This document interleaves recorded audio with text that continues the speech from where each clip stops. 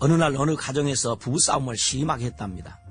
서로가 감정을 통제하지 못하고 할 말을 다 했습니다. 고함을 지르고 욕설이 난무했습니다. 분을 참지 못한 아버지가 방 안에 불을 질렀습니다.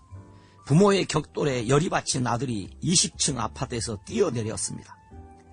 소화기로 불을 끄려던 아버지가 포기한 채 아들의 뒤를 따라 또 뛰어내렸습니다.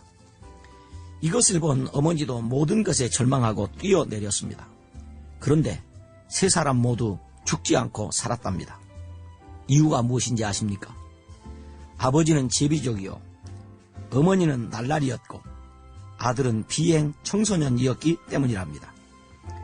누군가가 웃자고 만든 말이라고 생각합니다. 가정이 그래서 되겠습니까? 가정은 우리 인간이 이 땅에서 가장 깊은 행복을 느끼는 사랑의 궁전이 되어야 하는 것입니다. 세계인의 애창곡인 즐거운 나의 집이라는 노래가 있습니다. 이 노래는 1823년 영국의 유명한 작곡가 헨리 비숍이 작곡했고 나중에 미국의 존 하워드 페인이 노랫말을 붙였는데 영국에서보다 오히려 미국에서 더 유명해진 노래로 알려져 있습니다. 남북정전이 가장 치열했던 1862년 북부연합군과 남부동맹군이 강 하나를 사이에 두고 대치하고 있었습니다. 낮에는 전투를 하고 밤이 되면 군인들의 사기를 북돋기 위해서 양쪽의 군악대는 매일 밤 음악회를 열었습니다. 그러던 어느 날 밤 기적이 일어났습니다. 북군의 군악대는 아주 특이한 음악을 연주하고 있었습니다.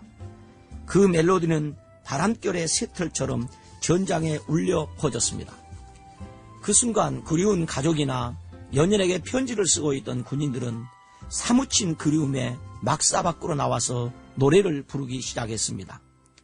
즐거운 곳에서는 날 오라 하여도 내 쉴 곳은 작은 집 내 집뿐이리.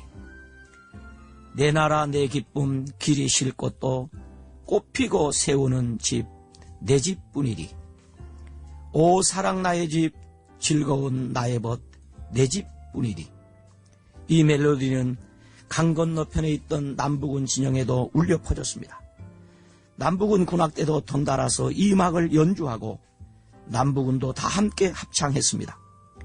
그리고 그들은 상대방이 적이라는 것도 잊어버리고 강둑으로 뛰어나와서 서로를 얼싸안고 모자를 하늘로 높이 던져 올리며 환호했습니다. 이 장면을 현장에서 취재했던 프랭크 막심이라는 종군 기자는 다들 미쳤다라고 기사를 썼습니다.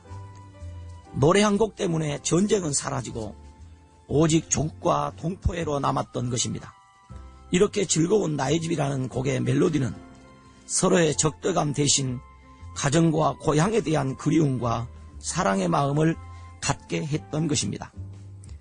종교개혁자 존 칼빈은 그의 창세기 주석에서 모든 경건한 자의 가정이 교회가 되어야 한다라고 했는가 하면 그리스도인의 모든 가정들은 수많은 작은 교회가 되어야 한다라고 거듭 강조했습니다.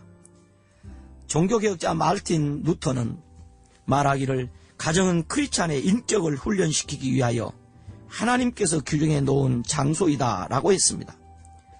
여호수아 장군은 임종 직전에 백성들 앞에서 신앙의 결단을 촉구하면서 이렇게 말합니다. 너희 섬길 자를 오늘 택하라. 오직 나와 내 집은 여호와를 섬기겠노라.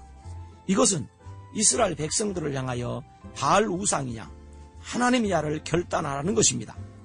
성경은 여호와를 경외하며 그 도에 행하는 자마다 복이 있도다 라고 했습니다. 잠언 기자도 가산이 적어도 여호와를 경외하는 것이 크게 부하고 번뇌하는 것보다 나으니라고 했습니다. 여기서 여호와를 경외함이란 말은 하나님을 무서워하는 것이 아닙니다. 하나님의 성품을 바로 알아서 두려운 마음으로 공경하고 예배하며 복종하고 따르는 것을 말합니다. 우리는 성경에서 하나님을 경외했던 좋은 가정들을 얼마든지 찾아볼 수 있습니다. 노아의 가정, 아브라함과 이삭과 야곱의 가정, 가이사라의 고넬료의 가정, 예루살렘의 마가 요한의 가정과 가버나움의 베드로의 가정, 골로새의 빌레몬의 가정, 덴그리아에서의 베베 집사의 가정 등 수많은 선진들의 가정은 모두 하나님을 경외하는 좋은 가정들이었습니다. 우리가 분명히 알 것은 가정은 인간의 산물이 아닙니다. 가정은 하나님의 선하신 뜻에 의한 것입니다. 좋은 가정은 우리 주 예수 그리스도가 주인이 되어 있는 가정입니다. 하나님의 말씀이 가정의 가훈이 되고 하나님의 말씀에 의하여 수요와 공급이 결정되고 수입과 지출의 개정 과목이 설정되는 가정입니다. 하나님의 말씀이 가정의 입법이 되고 사법이 되고 행정이 되어야 합니다. 하나님의 말씀이 그 가정의 출발이 되고 그 가정의 계승이 되고 마침내 하나님의 말씀이 그 가정을 영원한 천국으로 옮겨가도록 해야 합니다.